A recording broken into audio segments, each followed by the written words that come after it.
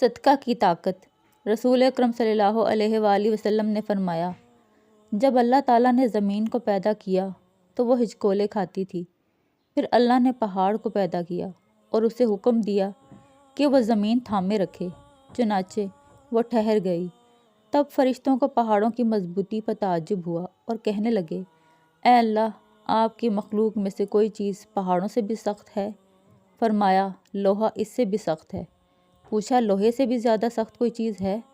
فرمایا، آگ۔ پوچھا، کوئی آگ سے بھی زیادہ سخت؟ فرمایا، پانی۔ پوچھا، پانی سے بھی زیادہ سخت کوئی چیز؟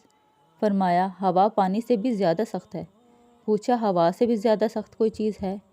اللہ نے فرمایا، ہاں، وہ آدمی جو اس طرح صدقہ دے کہ دائیں ہاتھ سے دے تو بائیں ہاتھ کو خبر تک نہ ہو۔